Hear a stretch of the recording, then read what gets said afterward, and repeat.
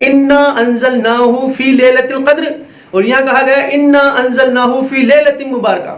کہ ہم نے اس کو مبارک رات میں نازل کیا، ہم نے اس کو لیلۃ القدر میں نازل کیا، انا کننا منذرین، تاکہ اس کے ذریعے سے لوگوں کو خبردار کر دے۔ تو یہ دو راتیں نہیں ہیں، کوئی بہت سے حضرات ہمارے یہاں اس کو لیلۃ الجائزہ کے نام سے کہتے ہیں، جو لیلۃ المبارکہ ہے یہی لیلۃ القدر ہے، اور یہی لیلۃ القدر ہے جو لیلۃ المبارکہ ہے، یہ دونوں راتیں ایک ہی ہے۔ لہٰذا اللہ تعالیٰ نے، کیونکہ اس کی مضامین بہت ملتے ہیں، اب انا انزلناہ فی لیلۃ مبارکہ، اب آپ کیا کہیں گے کس کو نازل کیا؟ ظاہر سی بات ہے قرآن حکیم کو نازل کرنے کی یہاں بات ہو رہی ہے۔ انا کننا منذرین، اور واضح کر دیا کہ اس کے ذریعے سے آپ لوگوں کو خبردار کر دے۔ فیہا یفرق کل امر حکیم، یہ اللہ تبارک تعالیٰ کے حکمت والے فیصلے اس رات کے اندر نازل ہوتے ہیں۔ اس رات میں اللہ تبارک تعالیٰ پورا سال بھر کا ایک پیکج جو ہے اپنے انسانیت کے لیے ایشو کرتا ہے، تو یہاں فرمایا گیا فیہا یفرق کل امر حکیم۔ اللہ تبارک تعالیٰ، یفرق کا مطلب یہ ہے کہ اللہ تبارک تعالیٰ کی طرف سے فیصلوں کا آنا، اور امر حکیم، حکمت والے سارے فیصلے اس حکیم کی طرف سے اللہ تبارک تعالیٰ کی طرف سے ہم تک بھیجے جاتے ہیں۔ یہی بات کیا نام ہے وہاں فرمائی گئی، تنزل الملائکۃ والروح فیہا باذن ربہم من کل امر۔ تو اللہ تبارک تعالیٰ نے یہ رات رکھی رمضان کے آخری عشرے میں۔ حضور صلی اللہ علیہ وسلم فرماتے ہیں کہ اس کو آخری عشرے کے اندر تلاش کرو، آخری دہے میں تلاش کیجیے۔ اب یہاں پر آخری 10 راتوں کا کہہ دیا گیا، لیکن پھر مزید اللہ کے رسول صلی اللہ علیہ وسلم نے اس کو آسان کر دیا اور کہا کہ اس کو آخری عشرے کی طاق راتوں میں تلاش کیجیے۔ 21ویں شب، 23ویں شب، 25ویں شب، 27ویں شب، 29ویں شب، اور بہت سی روایتوں میں اس کا تذکرہ بھی ہے کہ اس کو 9ویں شب میں، 7ویں شب میں اور 5ویں شب میں تلاش کیجیے۔ اور مزید فائدے میں آپ کو بتا دیا گیا، اور کئی مقام پہ تو یہ بھی بتایا گیا کہ اس کو جو ہے آپ 25ویں شب میں تلاش کیجیے۔ لہذا آپ غور کریں گے تو یہ پائیں گے اللہ تبارک تعالیٰ نے کوئی ایک رات مقرر نہیں کی ہے۔ یہ رات دراصل پتہ چلتا ہے کہ یہ بدل کر آتی ہے، کبھی 21ویں، کبھی 23ویں، کبھی 25ویں، کبھی 27ویں، کبھی 29ویں۔ یہی وجہ ہے کہ اس کو مقرر نہیں کیا گیا۔ یہ 5 راتیں ہر مسلمان کی زندگی کی بڑی اہم راتیں ہیں۔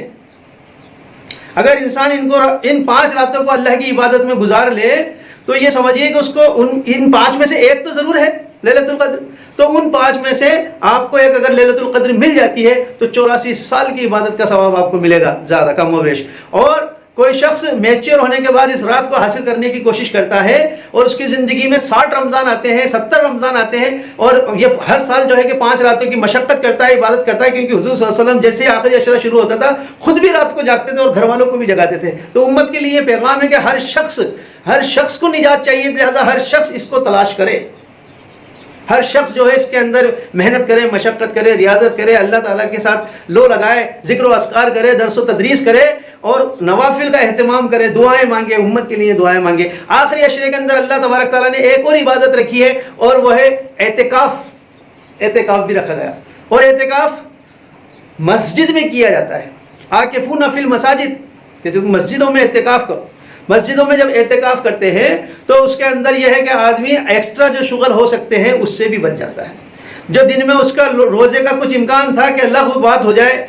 خود لغزش ہو جائے، تو اس کا بھی اہتمام ہو جاتا ہے کہ وہ انسان گھر میں رہتا ہے، مسجد میں ہوتا ہے، اور وہ اللہ تبارک تعالیٰ سے لو لگاتا ہے، اللہ سے توبہ استغفار کرتا ہے، اور گویا کہ اللہ تبارک تعالیٰ سے دعائیں مانگتا ہے قوم کے لیے، اپنے حالات کے لیے، مسلمانوں کے حالات کے لیے۔ تو یہ کام بھی ہمیں کرنا چاہیے۔ مزید یہ کہ لیلۃ القدر کی اگر میں بات کروں تو ان کو 5 راتوں کے اندر ہم تلاش کر رہے ہیں۔ یہ 5 راتیں انسان کوئی شادی بیاہ میں جگ کر گزار دیتا ہے، کئی راتیں انسان سفر کے اندر جاگ کر گزار دیتا ہے، کئی راتیں انسان اسپتالوں میں گزار دیتا ہے، موت میت میں گزار دیتا ہے، بہرحال گزار دیتا ہے۔ لیکن اگر یہ انسان عبادت میں گزارے گا تو اللہ تبارک تعالیٰ اور کیا، اور یہ بتایا کہ اس رات میں فرشتوں کا نزول ہوتا ہے۔ لیلۃ القدر خیر من الف شہر، تنزل الملائکۃ والروح، ملائکہ آتے ہیں، فرشتے آتے ہیں، اس کی کمانڈ جو ہے حضرت جبرائیل کے ہاتھ میں ہوتی ہے، جبرائیل علیہ السلام آتے ہیں، والروح کے معنی جبرائیل سے لیے گئے ہیں، جبرائیل امین سے لیے گئے ہیں، وہ خود بھی آتے ہیں اور ان کی پوری ٹیم آتی ہے۔ اب آپ غور کریں، عرش معلیٰ سے چل کر یہ فرشتوں کا جھنڈ ہم اور آپ جیسے غریبوں کی جھوپڑیوں تک پہنچتا ہے،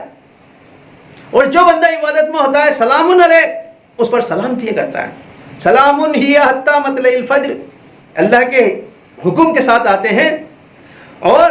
اللہ تبارک تعالیٰ کے جو ہے پیغام اللہ تبارک تعالیٰ سے جو لے کر آئے آپ کے لیے رحمتیں برکتیں وہ آپ تک پہنچائی جاتی ہیں، جو کہ سورہ دخان کے اندر بھی بتایا گیا ہے کہ امر حکیم کی طرف سے اس رات کے اندر جو ہے فیصلے سنائے جاتے ہیں، فیصلے بھیجے جاتے ہیں. تو یہ راتیں بہت قیمتی ہیں، اور چونکہ اس وقت ہم لاک ڈاؤن میں ہیں